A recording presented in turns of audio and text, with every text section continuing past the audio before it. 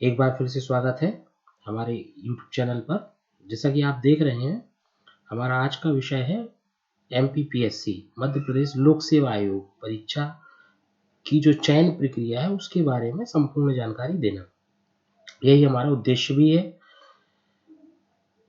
जैसे कि ये देखा गया है कि बहुत से जो बच्चे होते हैं, जो कोचिंग में पढ़ाने के दौरान या फिर ऑफिस में काउंसलिंग के दौरान उनको मध्य प्रदेश लोक सेवा आयोग या MPPSC के द्वारा जो परीक्षा ली जाती है उसके बारे में या तो सही जानकारी नहीं होती है या फिर अपूर्ण जानकारी होती है।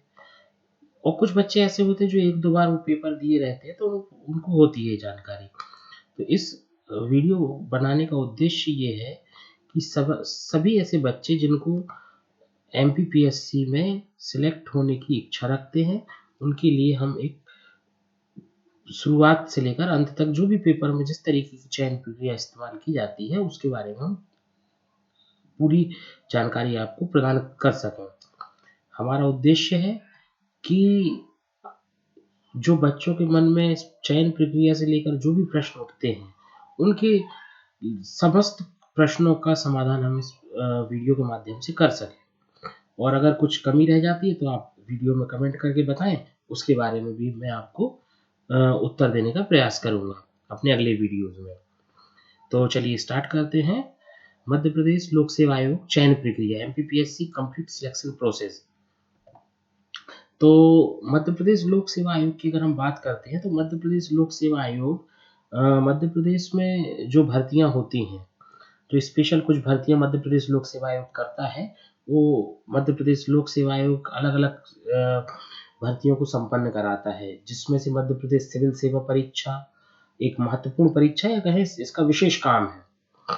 जिसमें कि आप देखेंगे सिविल सेवा परीक्षा का मतलब होता है ऐसी परीक्षा जिसके माध्यम से जो है आपका डिप्टी कलेक्टर मतलब SDM या उप जिलाध्यक्ष जिसको हम बोलते हैं, DSP जो कि पुलिस का अधिकारी होता है आदि, या इसी में आप देखेंगे और भी बड़ी-बड़ी भर्तियाँ होती हैं जो वाणिज्य कर निरीक्षक है, वाणिज्य कर निरीक्षक, वाणिज्य कर अधिकारी, है ना? और भी वैकेंसी इसमें निकलती हैं। तो इन सब वैकेंसियों को संपन्न कराता है MPPSC। उस पेपर को हम बोलते हैं मध्य प्रदेश सिविल सेवा परीक्षा, है ना? अब इसके बारे में एक चीज़ और होता है, इसी के साथ मध्य प्रदेश एक और इम्पोर्टेंट परीक्षा जो है वो आयोजित कराता है, वो है वन सेवा परीक्षा। वन सेवा परीक्षा, तो इस वीडियो में हम जो है वो 2 सेवाओं के बारे में पढ़ेंगे जो मध्य प्रदेश लोक सेवा आयोग पेपर लेता है। एक तो पढ़ेंगे हम सिविल सेवा के बारे में और एक हम पढ़ेंगे वन सेवा के बारे में। वो और इसके अलावा ऐसा नहीं कि केवल 2 परीक्षाएँ मध्य प्रदेश लोक सेवा आयोग कराता है। इसके अलावा वो आपका स्टेट एलिजिबिलिटी टेस्ट कराता है, सेट जिसको बोलते हैं, अभी हाल ही में कुछ दिन पहले हुई। इसके अलावा वो इंजीनियरिंग सर्विस का पेपर भी लेता है ना? और भी बहुत सारे जो है पेपर मध्य प्रदेश लोक सेवा आयोग लेता है। परंतु हम चर्चा करने वाले हैं जो सबसे प्रसिद्ध इसका पेपर है, वो है MPPSC सिविल सर्विस एग्ज़ाम और फॉरेस्ट सर्विस एग्ज़ाम।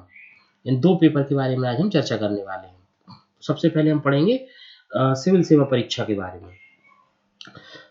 तो बच्चों, सिविल सेवा परीक्षा जो होती है मध्य प्रदेश में, जैसा मैंने बताया, इसमें किस पदों पर भर्ती होगी? डिप्टी कलेक्टर, DSP, वाणिज्य कर अधिकारी, है ना? महिला बाल विकास जिलाधिकारी, रोजगार अधिकारी, परिवहन अधिकारी, परिवहन उप निरीक्षक, ऐसे कई CMO, ऐसे कई महत्वपूर्ण पदों पर इसके माध्यम से भर्ती होती है जिनको अपन सिविल परीक्षा के रूप से जानते हैं। अब ये परीक्षा जो होती है ये 3 चरणों में संपन्न होती है। अगर अपन ये 3 चरण जो इसके देखें, प्रारंभिक परीक्षा, मुख्य परीक्षा और साक्षात्कार, ये बच्चों को फ़िल्टर करने का एक तरीका होता है। जैसे कि जो प्रारंभिक परीक्षा होती है, स्वाभाविक सी बात है बहुत सारे बच्चे इसमें फॉर्म भरेंगे। अब उनको फ़िल्टर करना है तो फिर उसके बाद मुख्य परीक्षा लेंगे। अगर जो पास हो जाता है प्रारंभिक परीक्षा में और जो मुख्य परीक्षा में पास हो जाता है उसको लेते हैं साक्षात्कार।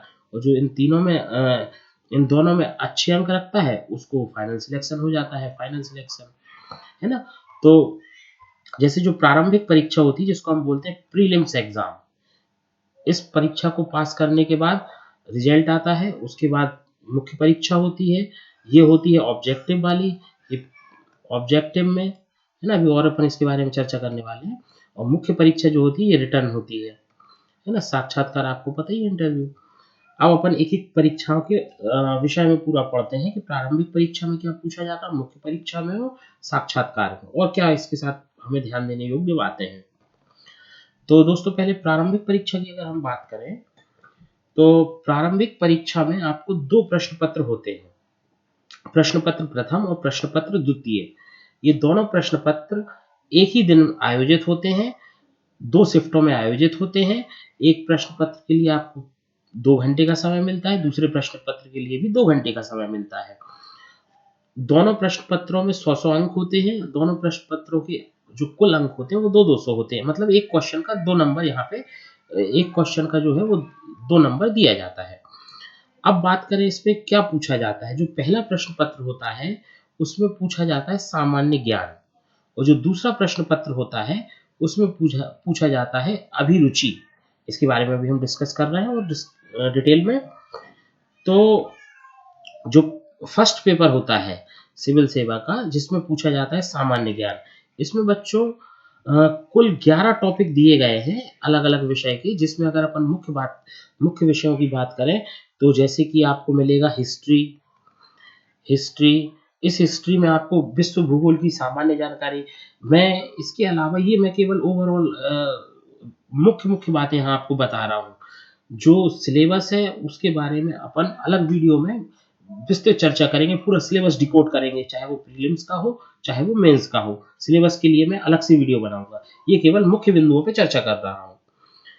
तो जो प्रारंभिक परीक्षा का प्रथम प्रश्न पत्र होता है वो होता है कितनी देर का, 2 घंटे का। टाइमिंग आपको मिलता है 2 घंटे। प्रश्न आपके होते हैं 100, नंबर होते हैं एक प्रश्न के लिए 2 नंबर मिलते हैं सही उत्तर के लिए, तो नंबर होते हैं 200, है ना। तो इसमें क्या पूछा जाता है, इसमें जैसे आपकी जो बेसिक कोर सब्जेक्ट कहे जाते हैं जो आते हैं, जैसे हिस्ट्री। हिस्ट्री में आपको पूछा जाएगा विश्व इतिहास की सामान्य जानकारी, है ना। जो कुछ थोड़े बहुत क्वेश्चन आते हैं, भारत का इतिहास, स्वाधीनता संग्राम वगैरह पूछा जाता है। मध्य प्रदेश के इतिहास के संदर्भ में भी यहाँ से प्रश्न जो है वो लगातार आते हैं। और अगर इस वर्ष की बात करें, अभी जो 2019 में जो हुआ है पेपर, उसमें हिस्ट्री के कुछ स्पेशल क्वेश्चन दिए गए हैं जिसने पेपर के स्तर को थोड़ा सा उठा दिया था। जैसे कि साहेगढ़ के राजा के बारे में पूछा गया, जो सागर संभाग में आता है साहेगढ़, उसके बारे में, राजाओं के बारे में वहां से प्रश्न पूछे गए। बुंदेलखंड से कुछ क्वेश्चन पूछे गए। तो हिस्ट्री में पेपर को टफ करने में हिस्ट्री का सहारा लिया गया इस बार, जो कि थोड़ा सा बच्चों को पेपर का स्तर बढ़ा हुआ लगा। इसी के साथ साथ इसमें ज्योग्राफी आती है, बस उसी तरीके से ज्योग्राफी भी आती है, विश्व भूगोल, मध्य प्रदेश का भूगोल और भारत का भूगोल।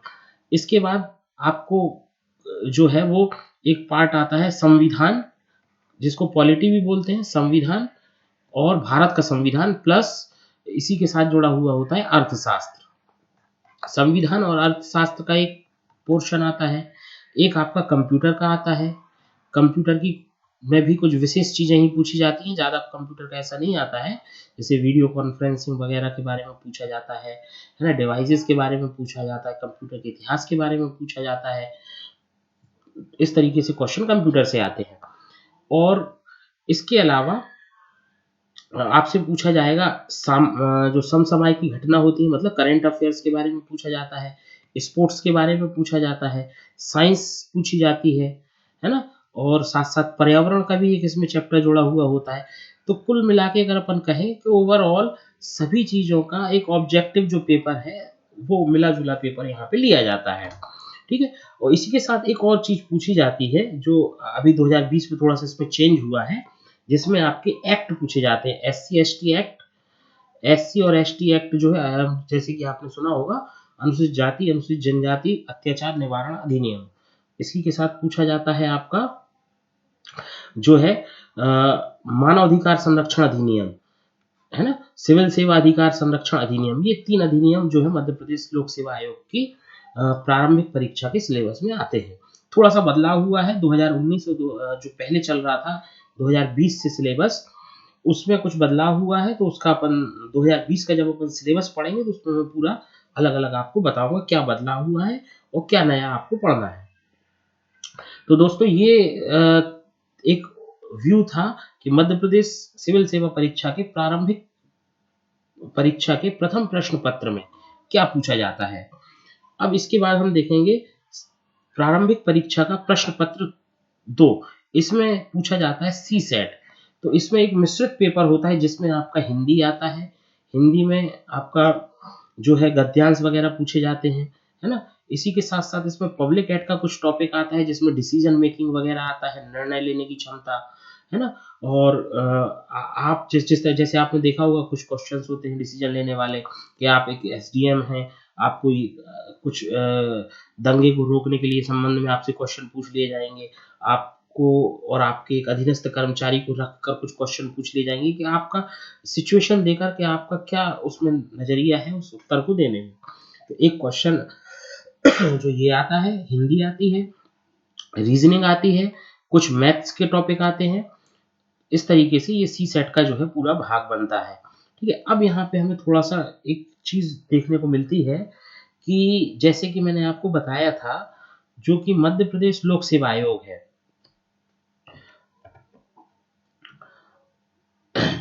इसमें थोड़ा सा ये एक जहाँ जो मुख्य कंफ्यूजन रहती है दोस्तों, ये इसको जरा थोड़ा सा अच्छे से देखिएगा आप।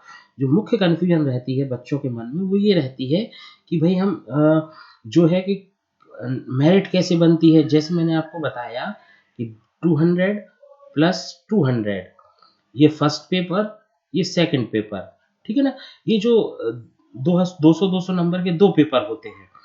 तो बच्चों याद रखिएगा कि जो सेकंड पेपर है ये क्वालिफाइंग नेचर का होता है।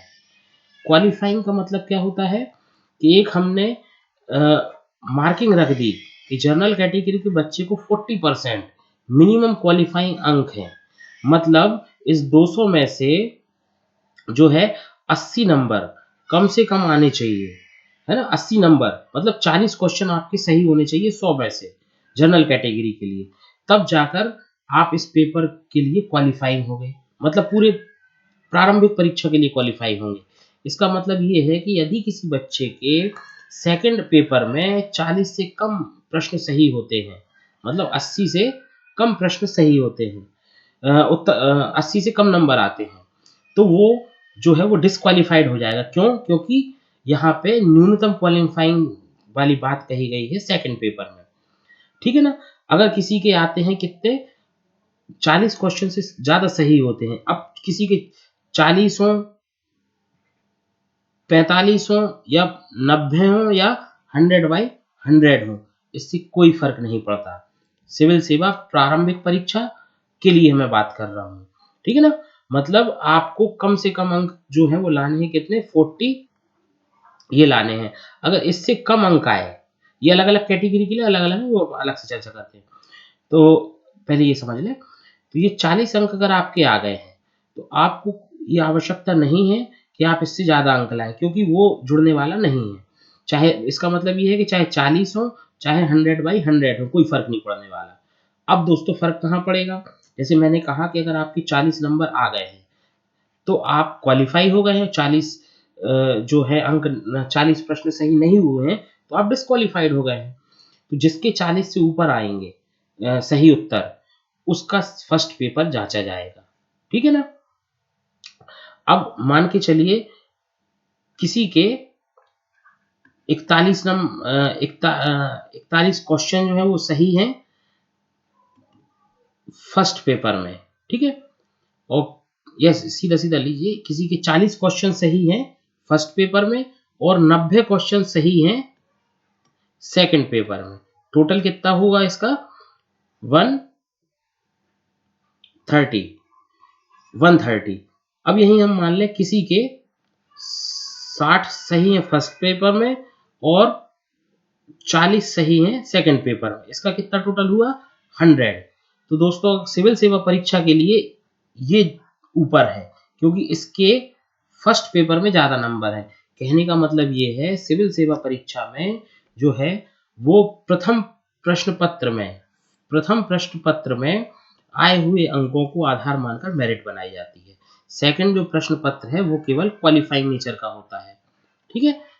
आशा करता हूँ इस चीज समझ आ गई होगी आपको, नहीं आई एक बार मैं और सरल शब्दों में समझाता हूँ। एमपीपीएससी 2 प्रश्न पत्र लेती है, first paper, second paper. First paper में जो है जितने ज्यादा अंक आएंगे तो सिविल सेवा परीक्षा में आपकी मेरिट उतनी ज्यादा होगी, परंतु किस स्थिति में होगी, जब आपका जो है सेकंड पेपर में कम से कम 40% हो, है ना, उसके बाद ही आप फर्स्ट पेपर के लिए क्वालिफाई करेंगे। कहने का मतलब ये है कि 40% यहाँ पे लाना अनिवार्य है, अदरवाइज यहाँ पे आप 100/100 भी ले आओ तो कोई मतलब नहीं है, डिस्क्वालीफाइड हो जाओगे, है ना। चलिए अब यहां से आगे की प्रक्रिया समझते हैं। जैसे यहाँ इसी चीज को मैंने लिख दिया है, द्वितीय प्रश्न पत्र के प्राप्तांकों में न्यूनतम क्वालिफाई अंक नहीं आने पर प्रथम प्रश्न पत्र का कोई महत्व नहीं रह जाता। जो मैंने समझाया वही लिखा हुआ है। अर्थात प्रारंभिक परीक्षा पास करनी है तो द्वितीय प्रश्न पत्र में न्यूनतम क्वालिफाई अंक लाना अनिवार्य, ये मैंने समझाया है। द्वितीय प्रश्न पत्र के प्राप्तांक सिविल सेवा में मेरिट का, सॉरी यहाँ पे स्पेलिंग गलत हो गई है, आधार हो गई है, सिविल सेवा का मेरिट का आधार नहीं बनते। मतलब सेकंड जो पेपर है उसको अपन काउंट नहीं करेंगे कितने ही अंक आए हो, केवल हमें कितने चाहिए, 40%, ठीक है ना। परंतु द्वितीय प्रश्न पत्र के प्राप्तांक वन सेवा हेतु जोड़े जाते हैं, इसको भी अपन डिटेल में आगे पढ़ेंगे। अब हम बात करेंगे मध्य प्रदेश लोक सेवा आयोग की जो है प्रारंभिक परीक्षा में जिन बच्चों का पेपर निकलेगा। जैसे अभी बहुत चर्चा चल रहा है इस पेपर का कि कट ऑफ कितना आएगा, मैंने उसके लिए भी वीडियो बना के रखा है अलग से, आप देख सकते हैं। अनुमान हमने लगाया 1230 छात्रों का, जो पहले मैंने वीडियो डाला वो उस चीज पर ही आधारित है। तो यहाँ जब अपन देखेंगे प्रारंभिक परीक्षा, तो प्रारंभिक परीक्षा जैसे ही आपकी संपन्न होगी उसके कुछ दिनों बाद आपका प्रारंभिक परीक्षा का रिजल्ट आएगा। पहले आपका आंसर सीट आएगी, आंसर सीट के बाद ऑब्जेक्शन का लिए समय दिया जाएगा, और ऑब्जेक्शन के बाद एक फाइनल आंसर सीट आएगी। फाइनल आंसर सीट के हिसाब से कॉपी चेक होगी, और जिस किसी के भी जो है 40% से ऊपर है किसमें, सेकंड पेपर में, और जितने ज्यादा से ज्यादा अंक कहाँ पे आए हैं, फर्स्ट पेपर में, वो ऊपर से चुन लिए जाएंगे। कितने गुना, 15 गुना, कुल पोस्टों के 15 गुना प्रारंभिक परीक्षा से चुन लिए जाएंगे, ठीक है ना। तो फर्स्ट पेपर में जिसके ज्यादा अंक होंगे उसको प्राथमिकता मिलेगी, बस उसको एक क्वालिफाइंग नेचर की जो शर्त है वो पूरी करनी पड़ेगी 40% वाली। अब हम बात करेंगे कि जो मुख्य परीक्षा होती है वो क्या होता है उसमें। तो जैसे मैंने आपको बताया, जो प्रारंभिक परीक्षा होती है वो परीक्षा जो है वो ऑब्जेक्टिव होती है, मतलब आपको मल्टीपल चॉइस क्वेश्चन मिलते हैं, एक प्रश्न उसके 4 सही उत्तर, उसके 4 संभावित उत्तर, जिसमें से एक सही उत्तर होता है वो हमें चुनना होता है, ठीक है, ऑब्जेक्टिव परीक्षा होती है। परंतु जो मुख्य परीक्षा होती है वो होती है लिखित। लिखित परीक्षा के लिए जो है आप जो मुख्य परीक्षा होगी उसमें कुल होंगे 6 प्रश्न पत्र, paper first, paper second, paper third, paper fourth, paper fifth, paper sixth. तो इस तरीके से ये 6 प्रश्न पत्र होते हैं, और 6 प्रश्न पत्रों के जो है पहले 3 प्रश्न पत्र 300 नंबर के, फिर 2 प्रश्न पत्र 200 नंबर के, एक प्रश्न पत्र, छठा प्रश्न पत्र 100 नंबर का। इसके बारे में हम और चर्चा करेंगे जैसे सिलेबस के उसमें। अब इन जो इस हिसाब से ये अंक टोटल कितने होते हैं, 1400। जो बात करें किसकी, लिखित परीक्षा की, तो कुल अंक होते हैं लिखित परीक्षा के 1400, 300 300 300, इसके बाद 200 200, और फिर 100, ऐसे प्रश्न पत्र 6 प्रश्न पत्र होते हैं।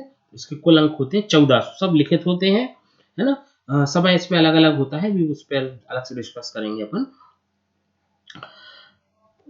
अब इसके बाद जो बच्चे सिलेक्ट हो जाते हैं मेंस एग्जाम में, मेंस एग्जाम में सिलेक्ट होने के बाद कुल पदों के 3 गुना अभ्यर्थियों को लिया जाता है, बुलाया जाता है इंटरव्यू के लिए, है ना। कई बच्चे जिनके मेंस में कम नंबर आते हैं वो यहीं से बाहर हो जाते हैं। अच्छा आपको ये बताऊं, मेंस का जो है वो रिजल्ट घोषित नहीं किया जाता जब तक कि पूरी चयन प्रक्रिया नहीं हो जाती, है ना। केवल आपको ये पता चलेगा कि आप मेंस में क्वालिफाई हुए हैं या नहीं हुए हैं, तो रिजल्ट में आपको बता दिया जाएगा कि भाई आप क्वालिफाई हो गए हैं, आपका इंटरव्यू है, और आपको इंटरव्यू के लिए एक एडमिट कार्ड मिल जाएगा। तो 3 गुना अभ्यर्थी, यहाँ देखिए शुरू में 15 गुना लिए थे हमने प्रारंभिक परीक्षा से, अब प्रारंभिक परीक्षा में जो मेंस क्वालिफाई हुई उसमें से भी अब हमने छांट लिए 3 गुना। अब एक पोस्ट पे 3 छात्रों को हमने ले लिया। तो सिविल सेवा परीक्षा का जो इंटरव्यू होता है उसके अंक होते हैं कितने, 175। साक्षात्कार के अंक जो होते हैं वो 175 होते हैं। जैसे यहाँ आप देख रहे हैं तो कुल अंक कितने हुए, 1400 और 175, तो कुल अंक हुए 1575। बच्चों यहाँ याद रखिएगा, जो प्रारंभिक परीक्षा होती है उसको अंतिम सिलेक्शन में अधिभार उसका नहीं दिया जाता। प्रारंभिक परीक्षा के अंक जो हैं वो नहीं जुड़ते। जो मुख्य सिलेक्शन लिस्ट होती है, अंतिम चयन जो होता है वो किस नंबरों के आधार पर होता है, मुख्य प्लस साक्षात्कार। इसके इन परीक्षाओं के अंकों के आधार पर ही आपकी अंतिम चयन होता है। इस परीक्षा में अंतिम रूप से प्री एग्जाम जो होता है उसके नंबर नहीं जोड़े जाते हैं। तो कुल अंक कितने हो गए, 1575। जिस बच्चे के 1575 में से जो भी अंक आते हैं, जनरली देखा जाता है कि 9 जनरल कैटेगरी में भी 925 के ऊपर सभी एसडीएम बन जाते हैं, है ना, 925 के ऊपर जो टोटल अंक 1575 में से। अब चलिए आगे देखेंगे अपन कि वही बात है कि अंतिम चयन जो है मुख्य परीक्षा एवं साक्षात्कार में प्राप्त अंकों के आधार पर होती है ना, इसमें प्रारंभिक परीक्षा का कोई योगदान नहीं माना जाता। चलिए अब हम बात करेंगे थोड़ा सा, ये तो बात हो गई आपकी मध्य प्रदेश लोक सेवा आयोग सिविल सेवा परीक्षा की। अब मैंने जहां जैसे ये डिस्कस किया था कि भाई मध्य प्रदेश लोक सेवा आयोग जो है वो एक साथ 2 पेपर कराता है ना, जो प्रीलिम्स एग्जाम होता है।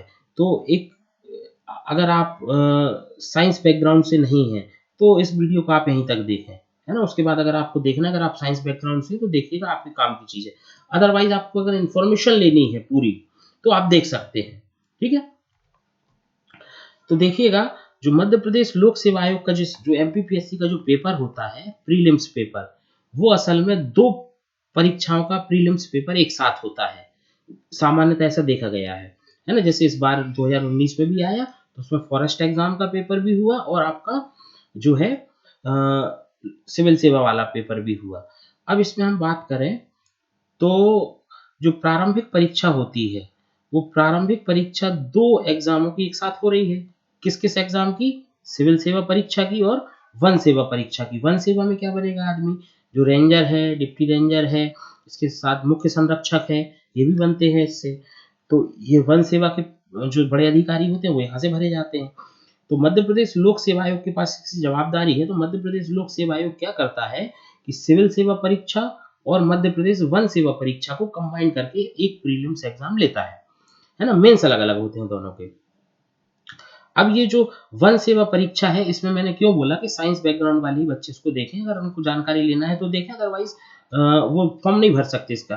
क्योंकि जो वन सेवा परीक्षा होती है वो केवल जो साइंस बैकग्राउंड से ग्रेजुएशन करके आते हैं बच्चे, उनके लिए ये पेपर देने को मिलता है ना।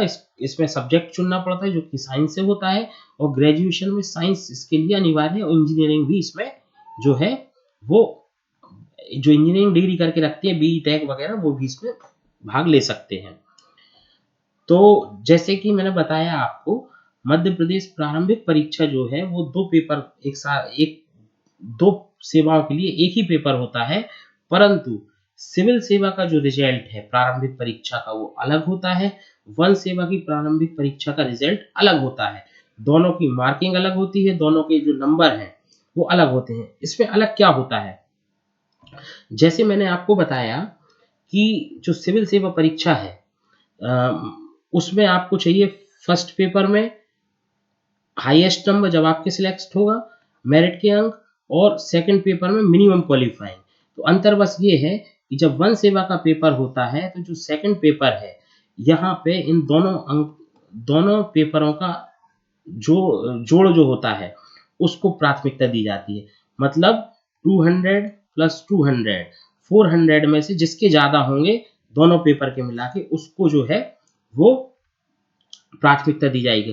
तो कहने का मतलब ये हुआ कि फर्स्ट पेपर प्रारंभिक परीक्षा का और प्रारंभिक परीक्षा का दूसरा पेपर, इन दोनों अंकों को दोनों पेपर के अंकों को मिलाकर जिसके नंबर सबसे ज्यादा होंगे मेरिट में जो आएगा उसको उन लोगों को ही देने मिलेगा क्या, वन सेवा परीक्षा का मेंस, है ना। या फिर अपन ये भी कह सकते हैं कि भाई जो वन सेवा परीक्षा है उसमें जो है वो फर्स्ट और सेकंड पेपर दोनों के नंबर जोड़े जाते हैं, जबकि सिविल सेवा परीक्षा में केवल जोड़े जाते हैं आपके फर्स्ट पेपर के नंबर, जबकि सेकंड पेपर वहां पे क्वालिफाइंग होता है। मगर वन सेवा परीक्षा में दोनों पेपरों को कंसीडर किया जाता है, दोनों पेपर के नंबर कंसीडर किए जाते हैं। ठीक है, आशा करता हूँ समझ आई होगी बात। अब जब वन सेवा, जैसे मैंने बताया, दोनों का जो रिजल्ट है वो अलग अलग आता है, प्रारंभिक परीक्षा का और मेंस अलग अलग होती है। तो जब प्रारंभिक परीक्षा का रिजल्ट आएगा तो उसके बाद आपको पहले तो ये देखिएगा, जो हमारी वन सेवा परीक्षा, जैसे मैंने आपको बताया कि सिविल सेवा परीक्षा जो है वो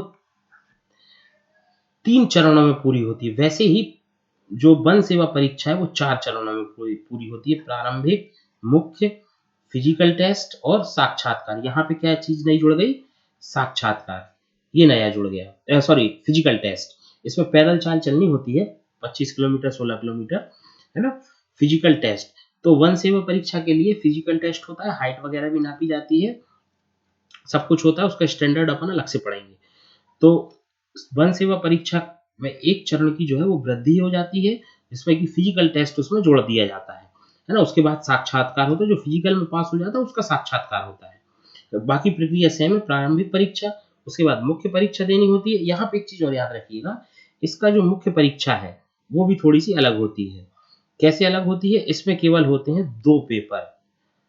आपको जब मुख्य परीक्षा का आप फॉर्म भरेंगे तो आपको एक सब्जेक्ट चुनना होगा कि आप किस विषय से इस परीक्षा को देना चाहते हैं, जिसमें आपके साइंस के विषय होते हैं, physics, chemistry, mathematics, computer science, साथ में आपका होता है कृषि विज्ञान, पर्यावरण, साथ में आपका होता है मुख्य परीक्षा के लिए ये विषय इसमें रखे जाते हैं। ठीक है ना। अब इस मुख्य परीक्षा में जो 2 पेपर होते हैं, फर्स्ट पेपर और सेकंड पेपर, मुख्य परीक्षा की बात, यहाँ की नहीं बात कर रहा हूँ मैं, मुख्य परीक्षा की। तो वन सेवा परीक्षा में 2 पेपर होते हैं, फर्स्ट पेपर और second paper. First paper common होता है जो कि जीएस का होता है, और इसमें और भी चीजें आती हैं जीएस जीए का, है ना। और इसके साथ साथ सेकंड पेपर जो होता है वो होता है सब्जेक्ट का, जो आपने चुना होगा। अगर आपने केमिस्ट्री चुना है तो केमिस्ट्री आएगा, अगर आपने पर्यावरण चुना है तो पर्यावरण आएगा सेकंड पेपर में। ये दोनों पेपर जो हैं वो होते हैं ऑब्जेक्टिव। ऑब्जेक्टिव मतलब जैसा कि प्रारंभिक पेपर परीक्षा का पेपर होता है 100 क्वेश्चन फर्स्ट पेपर में, मार्क्स 200, वैसे ही सेकंड पेपर में भी 100 क्वेश्चन, मार्क्स 200, ऐसे करके कुल अंक होते हैं 400।